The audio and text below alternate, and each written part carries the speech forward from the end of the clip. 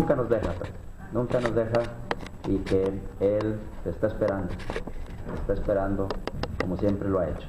Damos gracias a Dios que estás aquí, y damos gracias a Dios también a todos los que nos visitan. Bueno, aquí para no perder, ¿verdad?, el rumbo que llevamos. Aquí está también nuestro hermano Rubén, ¿verdad? ¿Qué le decimos? Bienvenido, ¿verdad? También. Es que estábamos en las bienvenidas, Rubén, y ibas entrando, ¿verdad? Gracias a Dios por ello, hermanos. Hemos tenido días muy bendecidos, hermanos, con las enseñanzas de nuestro hermano Pedro, días anteriores y recientemente en esta semana con los hermanos que están aspirando al gobierno de la iglesia, hermanos, y al diaconado de la iglesia, y han sido días muy bendecidos. Ahora nuestro hermano está en la Nueva Escobedo, hermanos, se fue para allá. Los hermanos nos habían pedido la oportunidad de que un día pudiera estar con ellos, y bueno, hoy fue el día que se acomodó, así que está allá. El viernes estará, como ya saben, en Villa de García, viernes, sábado y domingo, y a partir de lunes, pues ahí les encargo, ¿verdad? De lunes a domingo el hermano estará aquí con nosotros para cerrar, pues, con broche de oro. Yo le digo que si anda cansado, dice que no, pero sí pienso que de repente como que ya se cansa, pero el hermano está contento, hermanos, y está haciendo lo que a él le gusta hacer, hermanos, que es predicar. Así que sigamos, hermanos, orando por él, sigamos pidiéndole a Dios que Dios siga bendiciendo el ministerio que él tiene. Bueno, vamos a seguir, hermanos, con nuestra clase de Apocalipsis. Nos quedamos en el cuarto sello, fue el último que vimos, que está en el capítulo 6, verso 7 y 8. Así que ahora vamos a continuar con el quinto sello. Tenemos varias semanas de no ver este libro de Apocalipsis. Creo que la última vez fue cuando tuvimos la clase allá en la cocina, porque no teníamos luz, o que nos había fallado ese día la luz. Así que bueno, los demás miércoles ha coincidido que hemos tenido las conferencias y luego tuvimos al hermano Pedro aquí, así que por eso hasta hoy estamos retomando nuevamente esta clase. Así que en el quinto sello, hermanos, es conocido como las almas bajo el altar. Así es como normalmente se le conoce, porque es lo que describe allí. Y bueno, siguiendo el orden del estudio que estamos siguiendo, un buen título para esa sección es: ¿usted tiene preguntas? Estos que estaban bajo el altar tenían preguntas. Dios tiene respuestas. Dios les dio respuesta a ellos. Nosotros también podemos tener preguntas a veces para Dios, y Dios tiene sus respuestas a través de la Escritura. Así que vamos a considerar, hermanos, lo que dice del verso 9 al verso 11. Verso 9 al verso 11. Hermana Leonor, ¿cree que lo puede leer, hermana? 6 del 9 al 11. Cuando abrí el quinto sello, vi bajo el altar las almas de los que habían sido muertos por causa de la palabra de Dios y por el testimonio que tenían. Clamaban a gran voz diciendo: ¿hasta cuándo, Señor, santo y verdadero, no juzgas y venga nuestra sangre en los que moran en la tierra? Y se les dieron vestiduras blancas, y se les dijo que descansasen todavía un poco de tiempo hasta que se completara el número de sus consiervos y sus hermanos, que también habían de ser muertos como ellos. Hasta ahí nada más. Bueno, este es el quinto sello, hermano. Ya hemos recorrido, hermanos, por los 4 primeros sellos que dejaron salir, hermanos, a una serie de jinetes, los cuales ya analizamos y vimos cuál era su significado. Así que cuando los jinetes y sus caballos pasaron, entonces inmediatamente el Cordero, que es el que está haciendo esto, Cristo mismo, el Señor, está abriendo el quinto sello. Por eso dice, cuando abrió el quinto sello. ¿Quién lo abrió? El Cordero, que es el que hemos estado viendo que ha estado haciendo esto. Así que al abrir el quinto sello, hermanos, ¿qué es lo que realmente esperaría ver Juan? Así que tal vez, hermanos, Juan quería ver ahí, hermanos, ¿qué era lo que venía después? Efectivamente, después de toda la destrucción que estos jinetes habían traído en aquella visión sobre la tierra. Sin embargo, hermanos, Juan ya no siguió viendo más destrucción, sino que ahora va a ver a almas, especialmente las almas de los mártires que estaban ahí bajo el altar, y no solamente los vio a ellos o las almas de ellos, sino que también escuchó el clamor de ellos. Dice aquí en el texto que leyó nuestra hermana que estos estaban clamando a gran voz. Y lo que estaban clamando, hermanos, era una pregunta que le están haciendo ellos al Señor. La pregunta es, ¿hasta cuándo? Dice, ¿hasta cuándo? ¿Hasta cuándo no juzgas y vengas nuestra sangre? Dice, de los que moran en la tierra. Por eso dice aquí que él vio las almas de los que habían sido muertos por causa de la palabra. Por eso decimos que estos eran, lo que vio Juan, son las almas de los mártires. La palabra mártir tiene que ver con aquellos que habían muerto por causa de la palabra, por causa de el testimonio. Note que lo que está pasando aquí es que Juan va a ver a estas almas. Lo que está pasando es que Juan está entrando al mundo de los espíritus. No son cuerpos lo que está viendo aquí. Él está viendo almas. Una buena pregunta que surge es, si el alma no tiene un cuerpo físico, entonces ¿cómo le hizo para verlo? ¿Sí? Un espíritu no tiene carne ni hueso. Bueno, yo no sé qué es exactamente lo que haya visto o lo que haya pasado, pero lo que sí sé es que se trata de una visión. Y en una visión ocurren cosas sobrenaturales, cosas que no pasarían en el mundo normal. Yo no sé exactamente cómo lo vio Juan, pero lo que sí sé es que él entendió que lo que él estaba viendo eran las almas de las personas que habían muerto. Especialmente las personas que habían muerto como mártires, por causa, dice ahí, de la palabra. Así que entonces Juan está entrando aquí al mundo de los espíritus, vio las almas de los mártires. Estamos seguros que aquí, hermanos, son los mártires, porque literalmente dice eso, los que habían muerto por causa de la palabra. ¿Quieres decir algo, hermano Toño? Sí, una pregunta. ¿Sí, hermano? ¿Eso no tiene relación con el Hades? ¿Por ser una visión? Pudiera ser, no dice aquí, pero pudiera ser que en realidad fue hasta este lugar donde está el Hades, que al final de cuentas no estaríamos mal si lo decimos así, porque en el Hades pues están, en la parte del seno de Abraham están las almas de aquellos que han muerto fieles al Señor. Raúl. Estoy recordando eso lo que dijiste ahorita, ¿verdad? De almas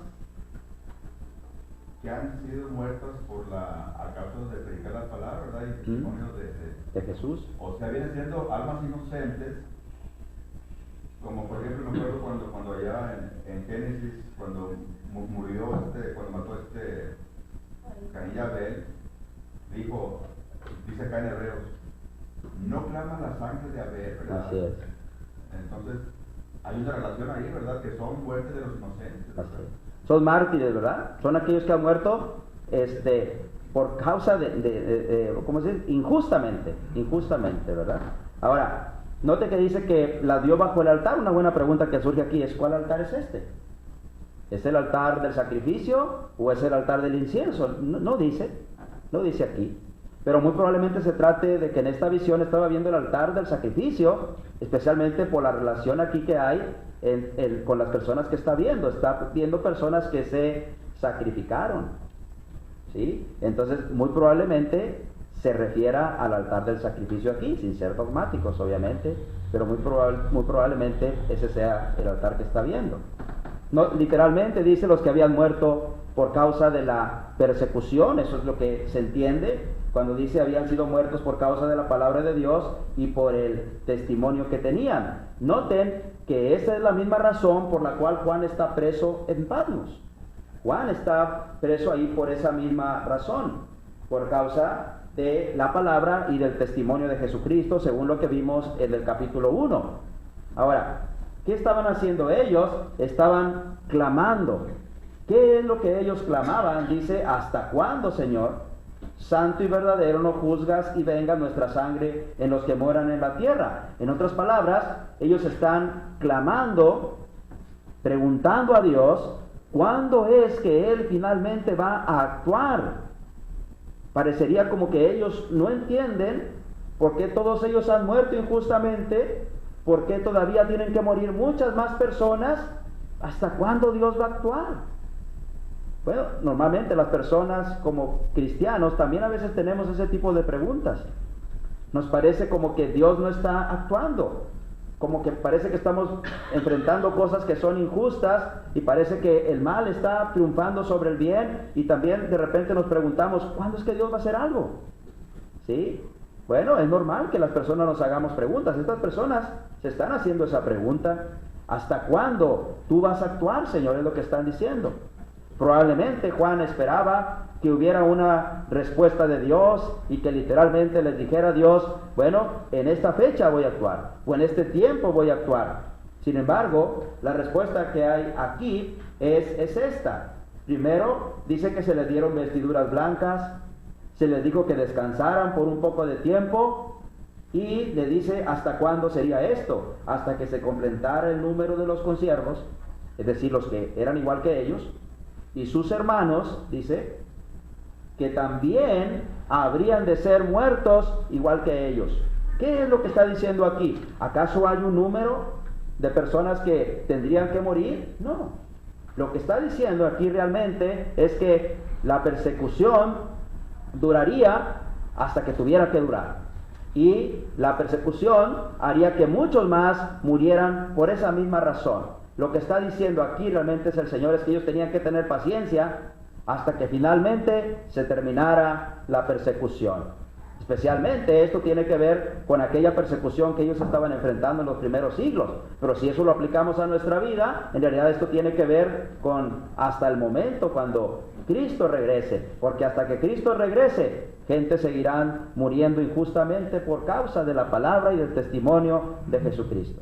Este fin de semana, hermanos, tuve la oportunidad de platicar con unos hermanos de Texas, y yo les preguntaba que si solamente apoyaban a la escuela en México. Y dice, no, nosotros apoyamos a muchos hermanos en todo el mundo. Le digo, bueno, por ejemplo, ¿dónde? Y me decía, estamos apoyando actualmente a China, ¿sí? Y en China, dice, tenemos un misionero, Min se llama ese misionero. Y me dice, cuando regreses a tu congregación, dile a la iglesia que ore por el hermano Min. ¿Por qué? Dice, bueno, él es filipino. Pero cuando él se convirtió a Cristo, su esposa y sus hijos lo dejaron.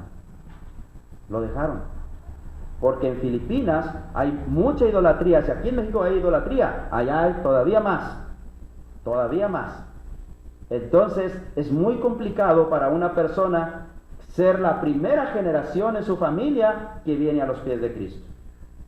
Entonces el hermano Min tuvo que perder su familia para poder seguir al Señor. Pero por esa causa, hermanos, él se ha dedicado por completo a la predicación y ahora está como misionero en China. Pero en China las cosas no son diferentes.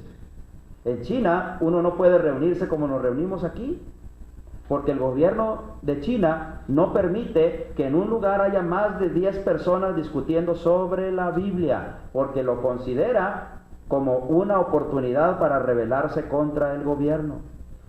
Así que por eso solamente se puede estudiar libremente la palabra de Dios en las universidades, donde la Biblia se toma como una materia, o en las casas, pero no puedes ser más de 10 personas. ¿Imaginan las limitaciones que tienen? ¿Qué vas a hacer si en tu casa estás predicando el evangelio y de repente se bautizaron 10 y dices, ya no voy a predicar porque ya no puedo? ¿Vas a hacer eso? ¿Verdad que no, hermano Toño? ¿Oh? Si te llega una persona que quiere conocer el evangelio, ya no se lo vas a enseñar por eso. No. Hoy tal vez las personas no sufren persecución como la sufrieron nuestros hermanitos del primer siglo, pero aún hay persecución. ¿Sí? ¿Cuántas gracias tenemos que darle a Dios, hermano? Que vivimos en un país donde tenemos esta libertad de poder predicar, de poderle hablarle a las personas, de poder reunirnos. A veces como que no valoramos eso, hermano. ¿Tú crees que hay personas en otras partes del mundo que anhelarían tener esa libertad de poder reunirse, poder tomar el sagrado libro y abrirlo y leerlo y conocer qué Dios quiere de ellos, y no pueden? No pueden, porque es ilegal. Bendito Dios, hermano, que somos mexicanos, ¿verdad? Y todavía más bendito Dios que un día el evangelio llegó a nuestras vidas. Bueno, así que estos estaban preguntando ¿hasta cuándo se terminaría? Pues en realidad para nosotros la respuesta es que en realidad la persecución El sufrir por la causa de Cristo, el llegar hasta morir por la causa de Cristo, es algo que en realidad se va a terminar hasta que la era cristiana se termine, hasta que el Señor venga por segunda vez. En realidad la respuesta a esta pregunta que se hacen los mártires aquí va a aparecer hasta el sexto sello. En el sexto sello es donde se va a dar respuesta concreta. Aquí el Señor está dando una respuesta, pero la respuesta específica a cuándo Él va a actuar va a aparecer en el sexto sello. Así que bueno, usted tiene preguntas. Veamos primero el escenario de la pregunta aquí, verso 9 y verso 10. Los mártires primero son presentados aquí. Estos eran muertos por causa de la palabra de Dios y del testimonio que tenían, según dice el verso 9. Ellos habían sido muertos por la misma razón que Juan estaba preso, como ya vimos también en el 1:9. Y aquí hay algo interesante, hermano. Dice que estos habían sido muertos. Dice que habían sido muertos. Y la palabra muertos ahí, hermanos, es la misma palabra en el griego que vimos cuando Juan estaba preguntando quién era digno de abrir los sellos, y a Juan se le dijo que el león de la tribu de Judá era el digno. Y entonces Juan volteó y vio a un cordero, y dice ese cordero estaba como inmolado. Inmolado es la misma palabra que aquí se traduce como muerte. Inmolado dijimos que se refería a una muerte violenta. Así es como el cordero murió. Bueno, de la misma manera estos estaban participando del mismo tipo de muerte violenta que el Señor sufrió. El Señor murió injustamente, violentamente. Así también estos mártires, algunos de ellos murieron violentamente e injustamente. Así que por eso se usa la misma palabra aquí cuando se habla de esta muerte de ellos. Habían muerto violentamente como la muerte de Jesús. Ahora, ¿por qué ellos habían muerto? Dice, bueno, habían muerto por causa de la palabra y del testimonio que tenían. Más adelante vamos a encontrar, por ejemplo, en el capítulo 13 y verso 15, que aquellos que no adoraran la imagen del emperador pagaban con la muerte. Mire lo que dice el 13:15 de Apocalipsis. ¿Alguien que lea el 13:15? Se le permitió infundir aliento a la imagen de la bestia para que la imagen hablase e hiciese matar a todo el que no lo adorase. Ok. Esto que se le permitió darle, ¿cómo dice? ¿Se le permitió darle qué, hermano? Aliento a la imagen de la bestia, literalmente tiene que ver con las estatuas que había de los emperadores, que a veces a través de trucos, hermanos, o de hombres llamados ventrílogos, como los que conocemos ahora, aparentemente hacían que aquella estatua del emperador hablara.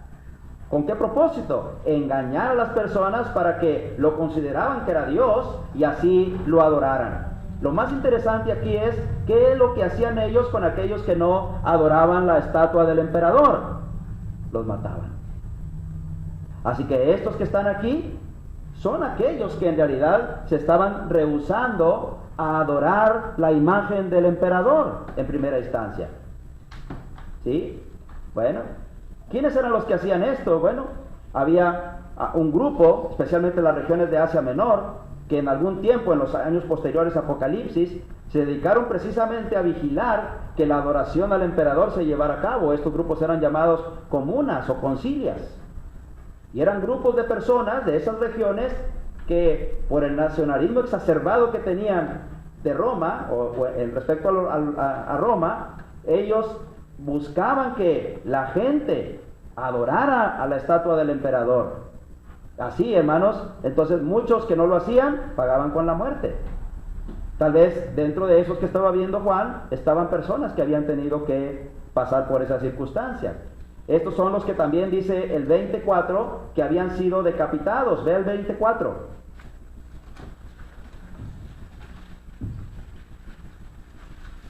¿Qué dice el 24, hermana Olga? ¿Puede leerlo, hermano? Y vi tronos y se sentaron sobre ellos los que recibieron facultad de juzgar, y vi las almas de los decapitados por causa del testimonio de Jesús y por la palabra de Dios, los que no habían adorado a la bestia ni a su imagen, y que no recibieron la marca en sus frentes ni en sus manos, y vivieron y reinaron con Cristo 1000 años. Bueno, muy bien, ahí está hablando también de aquellos que habían muerto por causa de la palabra y del testimonio que tenían. Y dice cómo murieron: decapitados. Se fija que prácticamente ese es el mismo grupo de personas que Juan está contemplando acá en el capítulo 6 y ahora aparecen en el capítulo 20, pero allá en el capítulo 20 nos dice por qué causa murieron. Porque, hermanos, rehusaron adorar o seguir lo que la bestia decía. Esa bestia allí, hermanos, representa a Roma, representa al imperio romano, ¿sí? Que obligaba a que adoraran la imagen del emperador. Estos habían sido muertos decapitados. Cuando uno estudia la historia del cristianismo, uno se encuentra ahí, hermanos, con historias increíbles de cómo muchos hermanos entregaron sus vidas para poder conservar su fidelidad al Señor. Muchos fueron decapitados, muchos fueron muertos, comidos por las fieras, y quemados también en las hogueras, y de muchas maneras diferentes. Todos esos mártires es de los que está hablando aquí. Ahora, esto, hermanos, no debería sorprender, porque esto es lo que Cristo les había advertido. Cristo el Señor había hablado de que serían perseguidos por causa de su nombre, pero que deberían de ser bienaventurados por eso, según lo menciona en el capítulo 5 cuando Jesús habla en las bienaventuranzas.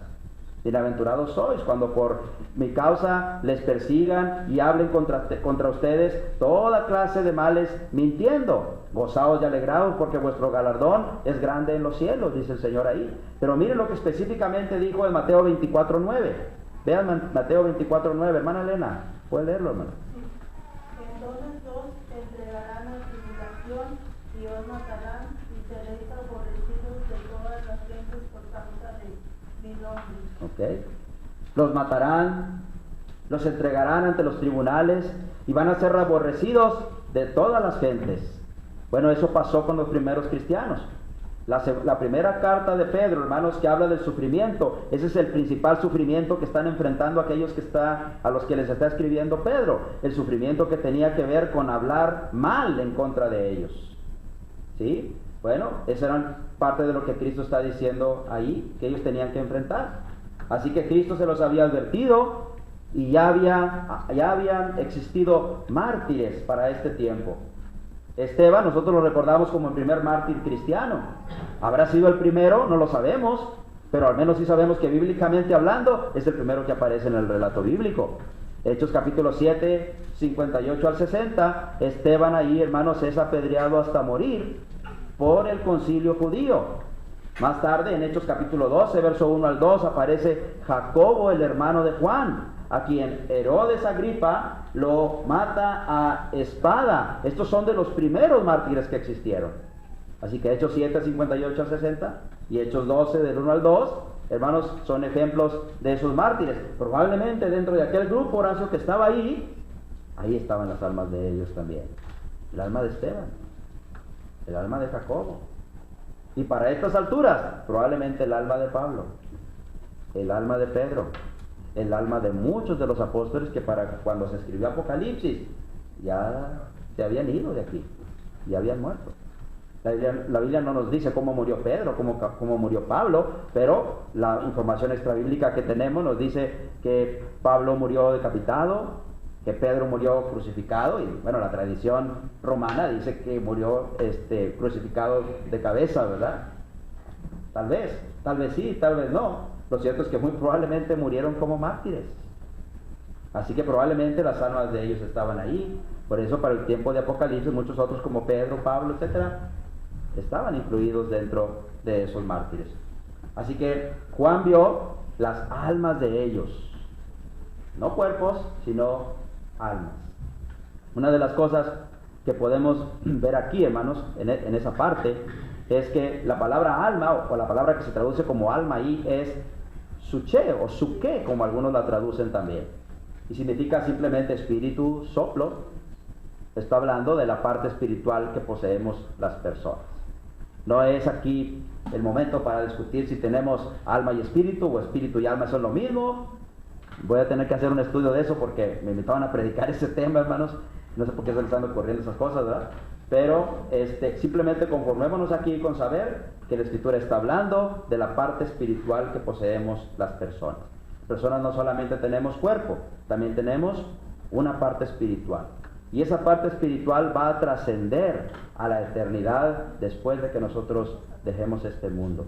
Esa es la parte por la que usted y yo tenemos que preocuparnos más, por nuestra alma. Pero Satanás nos ha engañado en este mundo, haciéndonos creer que lo más importante es cuidar nuestro cuerpo, lo que le pasa a nuestro cuerpo. Jesús dijo, no tengan temor de aquellos que matan el cuerpo, porque el alma no pueden matar. Ténganle más bien temor a aquel que puede destruir su cuerpo y su alma en el infierno, que es lo que tenemos que poner más atención, a nuestra alma. Note, aquí no están los cuerpos de ellos. Los cuerpos de ellos tal vez fueron quemados y no quedaron más que cenizas. Los cuerpos de ellos tal vez fueron tragados por las fieras y no quedó más que lo que echó la fiera después de que se lo comió. ¿Sí? No quedó más que eso. Pero lo que sí quedó vivo es su alma, y eso está aquí presente. Quiero hablarle a usted que no es cristiano. Quiero hablarle a usted que está lejos de Dios. ¿Qué pasaría si esta noche usted muriera? Su cuerpo aquí se va a quedar y lo vamos a velar y lo vamos a ir a enterrar.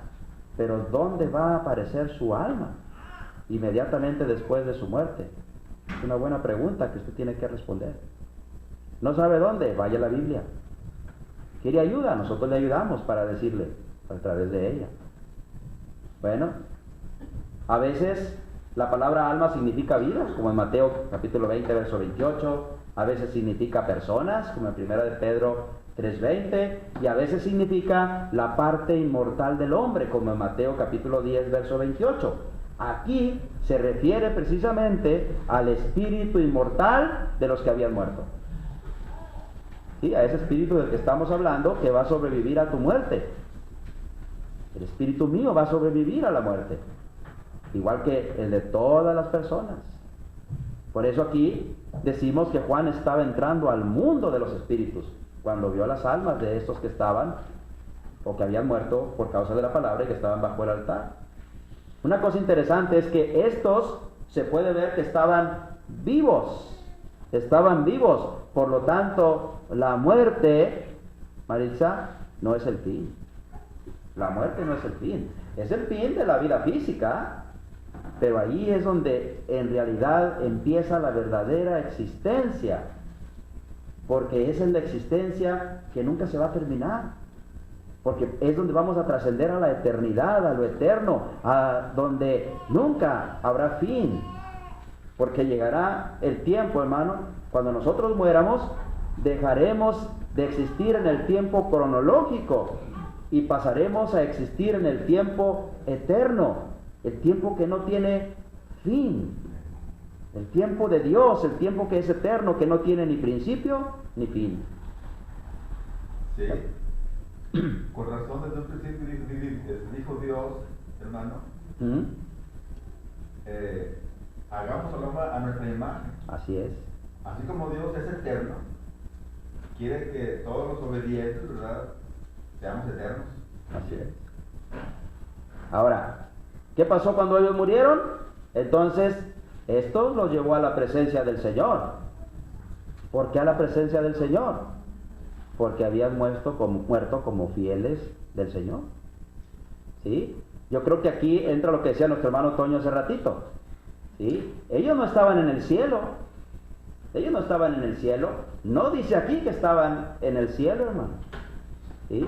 Si eran personas que habían muerto, recuerda que no podemos tomar un pasaje, aislarlo y sacar una doctrina de ahí, sino que yo tengo que considerar lo que dicen los demás pasajes sobre este asunto. Y los demás pasajes de la Biblia nos dicen que cuando una persona muere, antes de que el Señor venga, su cuerpo es puesto en la tumba, pero su parte espiritual va a el Hades. Por eso mi hermano Toño decía ahorita, esto tiene relación con el Hades, y sí, hermano, definitivamente. Hermano Rubén. Es relacionado a eso, que si estaban delante de la presencia del Señor y habían recibido vestiduras blancas, algunos podríamos entender que estaban ya delante de la presencia de Dios, claro, en el tercer cielo. Es un lugar que no se menciona, pero yo he oído algunos predicadores que dicen que son almas que ya están delante de la presencia de Dios. Entonces eso quiebra la enseñanza del Hades. Que dices que el lado, ¿verdad? Entonces, ahora, ¿por qué, hermano, estamos seguros de que aquí no se trata del cielo? Bueno, en primer lugar, porque no dice que se trata del cielo. Y en segundo lugar, hermanos, porque la enseñanza general de la Biblia es que para que una persona pueda llegar al lugar que es la morada de Dios, se necesitan al menos 3 cosas. Número 1, que Cristo venga por segunda vez. ¿Ya vino Cristo? No. Número 2, que los muertos resuciten. ¿Ya resucitaron los muertos? No. Y número 3, que el juicio eterno sea llevado a cabo. ¿Ya se llevó a cabo el juicio eterno? No, no hay nadie en el cielo. Porque esas son las condiciones para poder entrar en el cielo, bíblicamente hablando. ¿Sí? Bíblicamente hablando es así. Por lo tanto, juntando todas esas enseñanzas de la Biblia, podemos llegar a la conclusión que aquí no se trata del cielo, sino es una visión, hermano Toño. De hecho, están preguntando por el juicio. En realidad es eso, tiene razón, es una buena deducción. Cuando ellos dicen ¿hasta cuándo? En realidad están diciendo, Señor, ¿cuándo vas a juzgar? Sí, es válido eso, ¿no? Ahora, veamos algo más, hermanos. Lucas 16, pues es la enseñanza de el rico y Lázaro que usted ya conoce. La iglesia en realidad estará en el cielo hasta que el Señor regrese. ¿Sí? Muchos pasajes nos hablan de eso. Yo creo que un pasaje fundamental es Juan capítulo 5, verso 28-29, cuando el Señor dice, aquí viene hora, cuando todos los que están en los sepulcros oirán la voz del Hijo de Dios. Y saldrán unos a resurrección saldrán los que hicieron lo bueno a resurrección de vida, y los que hicieron lo malo a resurrección de condenación. Viene hora, dice, un solo día, un solo momento, un solo tiempo, cuando todos los que están en los sepulcros, los buenos y los malos, saldrán de ahí. Así que nadie puede en realidad decir, bueno, hay quien sí lo hace, pero no creo que sea una enseñanza bíblica de que va a haber diferentes resurrecciones de los muertos. No, es una sola resurrección de los muertos. ¿Sí? Así que la iglesia no puede estar en el cielo sino hasta que el Señor regrese. Ahora, una cosa más que vamos a ver aquí es que la persecución estaba llevándose por algún tiempo y todavía vendría más persecución, es decir, que ese tiempo todavía no se terminaba. Eso indica la frase ¿hasta cuándo? ¿Hasta cuándo? Indica que ellos están desesperados porque la persecución ya tenía tiempo y no tenía señas de que fuera a finalizar. Es más, se estaba intensificando. Especialmente lo vemos cuando el Señor dice, es necesario que se complete el número de sus consiervos y sus hermanos que también han de ser muertos como ellos. Como ellos indica, muertos de la misma manera que murieron ellos, por causa de la palabra y del testimonio que tenían. Que murieran igual que ellos. Así que entonces eso nos indica que la persecución había estado llevándose por algún tiempo, pero que además seguramente se iba a intensificar. Cuando Apocalipsis se escribió, hermanos, fue alrededor del año 100 después de Cristo. Literalmente hablando, hermanos, hasta este tiempo, aunque ya la iglesia había sufrido persecución por parte de los judíos, sin embargo, por los romanos solamente habían sufrido la persecución bajo Nerón, que es de la que el tiempo cuando se escribió Primera de Pedro.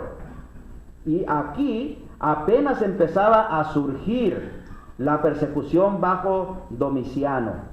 Pero luego va a entrar el segundo siglo y vendrá la persecución bajo Marco Aurelio, que también fue un tiempo difícil, y vendrán otras persecuciones bajo otros emperadores, y en cada uno de ellos a veces fue muy fuerte, a veces fue tranquila, pero siempre hubo persecución de una de otra manera. Prácticamente la persecución así de la que se habla aquí en Apocalipsis duró hasta mediados del siglo IV, hasta la aparente conversión, así entre comillas, de Constantino, cuando finalmente todo el imperio romano lo obligaron a que se convirtiera a Cristo.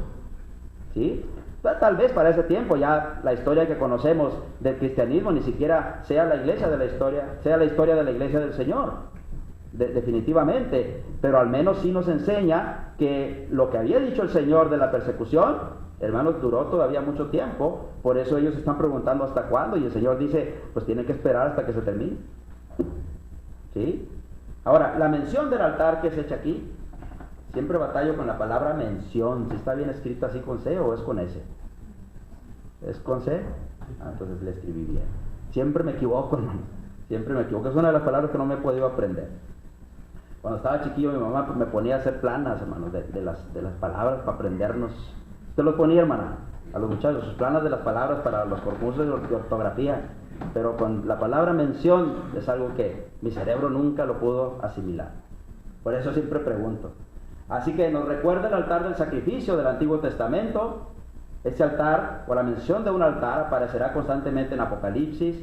Va a aparecer en el 8.5, en el 11.1, en el 14.8 y en el 16.7. A veces será el altar del sacrificio, o tendremos la percepción de que se trata del altar del sacrificio, que a veces se tratará del altar del incienso. Por ejemplo, cuando se habla de las oraciones y se hace mención del altar, seguramente es el altar del incienso del que se está hablando. Va a depender mucho de lo que esté diciendo. Así que estos mártires habían derramado su sangre en sacrificio. Esto nos indica entonces que se trata aquí del altar del sacrificio. Ahora, la seriedad de la pregunta, hermanos.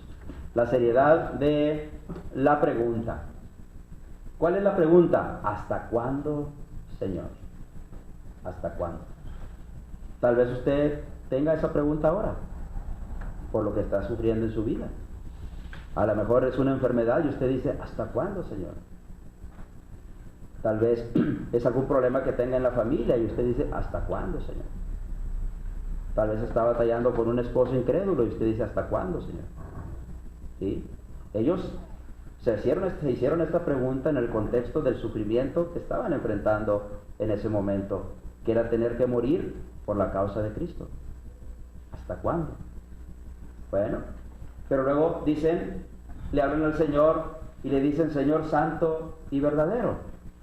Es bien interesante la forma como ellos se refieren al Señor aquí, al que le están haciendo la pregunta.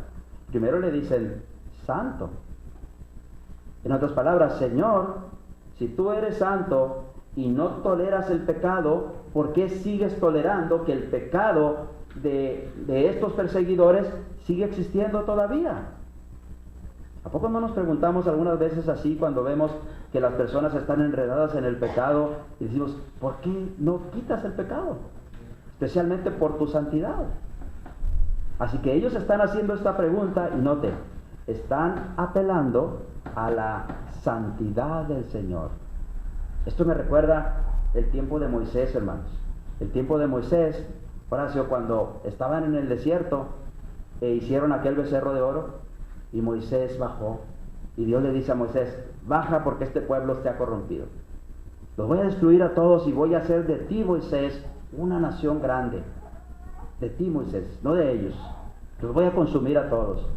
Y Moisés se pone a orar y apela a la misericordia de Dios y le dice, Señor, no lo hagas. ¿Qué van a decir de ti los pueblos? ¿Que para eso los sacó? ¿Para matarlos en el desierto? Siendo tú un Dios misericordioso. Apeló a la misericordia de Dios. Y Dios, ok, Moisés, no lo voy a hacer. Y no lo hizo, hermano. Fíjate hasta dónde puede ser efectiva una oración cuando se hace con fe. Hasta poder cambiar lo que Dios mismo había determinado. ¿Qué tal? ¿Batallas con algo? Tal vez no has orado lo suficiente. Tal vez necesitas orar con más fe para que puedas mover a Dios que actúe en lo que tú quieres. Bueno, ellos apelaron aquí, como Moisés apeló a la misericordia de Dios allá en el desierto, ellos apelan a la santidad. Por eso le dicen, ¿hasta cuándo, Señor santo? Si tú eres santo y no toleras el pecado, ¿por qué sigues tolerando que estos malvados nos sigan matando? Y luego apelaron también a que Él es verdadero. Santo y verdadero. Y verdadero ahí significa confiable. Es decir, apelaron a la seguridad de sus promesas. Él había prometido estar con ellos. Él había prometido que no los dejaría solos. Señales que guarden todas estas cosas que os he mandado, y aquí yo estoy con vosotros todos los días, hasta el fin del mundo. Note a quién le dijo esto el Señor. Se lo dijo a aquellos que predican el Evangelio. ¿Por qué habían muerto ellos? Por causa del testimonio de Jesucristo, por causa de la palabra y del testimonio que tenían. Esto involucra la predicación del Evangelio también. Así que a ellos el Señor les había hecho la promesa que estaría con ellos. Por eso le dicen, ¿hasta cuándo no terminas con esto? Tú que no toleras el pecado, tú que siempre cumples tus promesas. Bueno, clamaban a su santidad y a su confiabilidad. Déjeme decirle que también esta es una pregunta desconcertante, especialmente porque se menciona la palabra venganza. Y algunos dicen, bueno, no creo que Apocalipsis sea un libro inspirado, porque mira, estos dicen aquí que le piden a Dios que cobre venganza. Y la venganza es algo que a los cristianos no nos es permitido hacer. No os venguéis a vosotros mismos, sino dejad lugar a la ira de Dios, porque mía es la venganza, dice el Señor, yo pagaré. Así que algunos tienen problema con esto y piensan que esto está mal aquí, el hecho de que ellos estén clamando por venganza. En realidad, hermanos, hay varias cosas que tenemos que considerar. La primera de ellas aquí, hermanos, es que aunque se menciona la venganza, ellos no están pidiendo que Dios les conceda a ellos vengarse. No, aquí ellos están diciendo que cuando Dios va a tomar su acción para vengar, ellos entienden que el que tiene la prerrogativa, ¿se acuerdan cuando predicamos de eso? La prerrogativa de la venganza solamente es Dios, nadie más. Así que ellos no están pidiendo que Dios les dé oportunidad a los cristianos de vengarse ellos mismos. Ellos están diciéndole a Dios, ¿hasta cuándo tú no vas a hacer lo que tú dijiste que harías? Ellos están diciendo que Dios sería eso, es decir, los mártires estaban poniendo esta cuestión de la venganza en las manos de Dios. ¿Sí? Ahora, una cosa más que vemos aquí es que esta pregunta se hace, hermanos, porque los cristianos en ocasiones somos asaltados por preguntas que nos angustian. Y no es malo preguntarse siempre y cuando, hermanos, no perdamos la fe. Ellos estaban preguntando aquí y era bien entendible que se preguntaran eso. Ellos lo han sufrido en carne propia. Además, imaginemos aquí cuántos de ellos, sus propias familias todavía estaban vivos y todavía estaban enfrentando eso. ¿A poco ahora nosotros los que estamos viejos y que ya tenemos nietos, cuando oramos, es más, desde que no teníamos nietos pero teníamos hijos, cuando oramos no solamente por nosotros, sino también por nuestros hijos, ¿sí? Y ahora que tenemos nietos, oramos también por nuestros nietos, y en nuestra oración decimos que le pedimos a Dios que los cuide en toda su vida, aun cuando nosotros ya no estemos aquí. Bueno, imagínense estos. Era lógico que se preguntaran eso. La persecución les había afectado a ellos y probablemente también les afectaría a sus familias. Aquí los mártires, hermanos, no parecen estar buscando una venganza personal, sino que la causa del cristianismo sea puesta en alto también. Que el cristianismo sea puesto en alto. ¿Hasta cuándo, Señor, no demuestras que tú tienes la razón? Que tú eres el que reinas, que tú eres el que gobiernas. Bueno, ¿hasta cuándo? Hasta que Cristo venga. Cuando el Señor venga, ¿no? Entonces se demostrará quién realmente es el que reina, quién realmente es el que gobierna. También es una pregunta perenne, hermanos. La pregunta de ¿hasta cuándo? Es una pregunta que siempre va a existir en el pueblo de Dios. David se lo preguntó, Habacuc se lo preguntó, Jeremías se lo preguntó, y hermanos, todos los creyentes a través de todos los tiempos siempre nos hemos hecho esa pregunta: ¿por qué? ¿Hasta cuándo? ¿Hasta cuándo se termina el sufrimiento? ¿Hasta cuándo tengo que terminar de pasar por todo esto? Es una pregunta perenne. También es una pregunta personal. Yo debo aplicarlo a mi vida también esto, especialmente en lo que tiene que ver con mi relación con Dios. ¿Hasta cuándo finalmente tendré una relación correcta con Dios? ¿Hasta cuándo realmente le entregaré mi corazón de una vez por todas al Señor?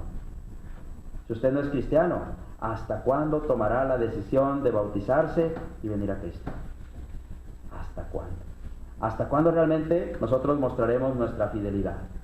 Bueno, Dios tiene respuestas también, hermanos, y con esto vamos a terminar. La respuesta para los del primer siglo son dos cosas básicamente las que Dios hizo. Algo les dio y algo les dijo. Y esa es la misma respuesta que sigue existiendo hoy para nosotros. Algo nos ha dado y algo nos ha dicho. En la respuesta hay tres cosas que Dios hizo. Primero, hay tres cosas que podemos ver. Primero, hay una disposición. Dios no se va a quedar callado ante la pregunta. Dios va a responder. Usted tiene preguntas, Dios también le responde. No espere que le responda literalmente hablando, pero le responde a través de su palabra. Hay también una acción, se dan vestiduras blancas. Y hay también una amonestación, o sea, algo se les dijo. En realidad esa respuesta está dividida en tres. Fíjense lo que se les dijo. Se les dieron vestiduras blancas y se les dijo que descansasen todavía un poco de tiempo hasta que se completara el número. En realidad, en esa respuesta, hay tres cosas. Algo que Dios está tratando de decirles a ellos es que confíen en Él, que crean que va a ser difícil que ellos puedan entender por qué persecución, por qué sufrimiento, pero que ellos deben entender que es el plan de Dios. Es el plan de Dios. Es por esa razón que se les dan vestiduras blancas. Estas vestiduras blancas, lo hemos visto antes, son señal de victoria, son señal de aprobación. En otras palabras, aunque ellos no puedan entender, se deben dar cuenta que lo que Dios está diciendo es que a pesar de que tengan que morir por la persecución, ellos son victoriosos. Y además, ellos están descansando. Esto nos enseña, hermanos, que Dios no está pasando por alto su pregunta.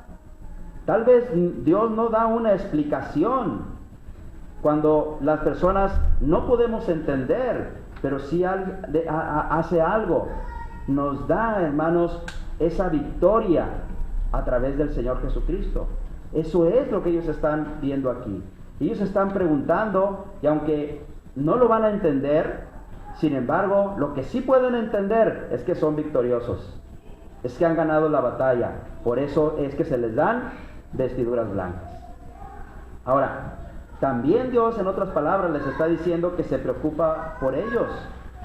Aunque no les dio una respuesta directa, esto no significa que no se preocupó. En realidad Dios estaba preocupándose por ellos. Por eso es que se les dieron vestiduras blancas, promesa, victoria, honor, y además, hermanos, se les dijo que descansaran igualmente. Y la otra cosa es que ellos deberían entender que al final todo iba a salir bien. Bueno, esa es la respuesta que Dios les dio. Así que, ¿cuál es la respuesta para nosotros? Bueno, muchas veces no encontramos explicación para las cosas que nos pasan. Tal vez no encontramos una explicación para ello. Cuando no entendemos por qué, hermanos, la respuesta sigue siendo la misma. ¿Qué es lo que a usted le atormenta día a día? Y que usted quisiera que desapareciera. Y usted dice, ¿hasta cuándo? Bueno, tal vez no lo podemos entender. Pero sí podemos entender que Dios está preocupado por nosotros y que al final de cuentas todo va a salir bien.